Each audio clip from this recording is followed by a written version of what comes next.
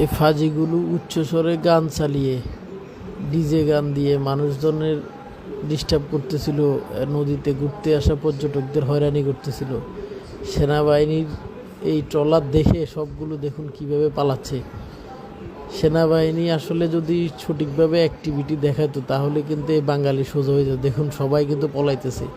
এগুলো হচ্ছে উঠতি বসে কিশোর গ্যাং। আপনার এলাকাতেও কিন্তু এরকম কিশোর গ্যাং আছে, আমার এলাকাতেও আছে। এদের অত্যাচারে সবাই কিন্তু অতিষ্ঠ। এরা উচ্চস্বরে ডিজে শব্দ দিয়ে ডিজে গান বাজিয়ে এই নদীতে ঘুরতে আসা পর্যটকদের পরিবেশ দূষণ করে দিচ্ছিল। ফলে সেনাবাহিনী দূর থেকে তাদের স্পিডবোট নিয়ে এই ট্রলারটা নিয়ে তাদের পিছে দাওয়া করে। আর সেনাবাহিনীর দাওয়া দেখে কিন্তু এই যে বাচ্চাগুলোকে, এই কিশোর গ্যাংগুলো কিন্তু লাফিয়ে লাফিয়ে দড়ি কিন্তু পালিয়ে গেল। তো আসলে কিন্তু এটা শুধুমাত্র ট্রলার, স্টিমার বা লঞ্চে না, এরা পিক আপ বা ভ্যান গাড়ি ভাড়া করেও বিভিন্ন এলাকায় এভাবে ডিজে গান বাজাচ্ছে। আরও কিছু ছেলেপেলে এখানে আছে, দেখতে পাচ্ছেন আপনার। সেনাবাহিনী কিন্তু আপনার এই যে দেখুন আর একটা পলাইছে।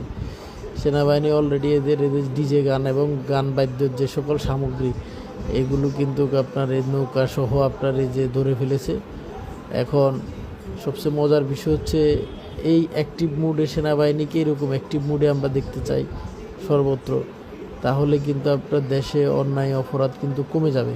এই যে রাহাজানি, চুরি, ছিনতাই এগুলো কিন্তু আপনার কমে যাবে একেবারে। কারণ সেনাবাহিনীর সবাই ভয় পায়। আমরা ইতিপূর্বেও দেখেছি 9/11-এর সময় বা তারও আগে যখনই সেনাবাহিনী ক্ষমতায় আসতো তখনই কিন্তু আপনার মানুষ সোজা হয়ে যেত। আমরা চাই তারা অ্যাক্টিভ থাকুক।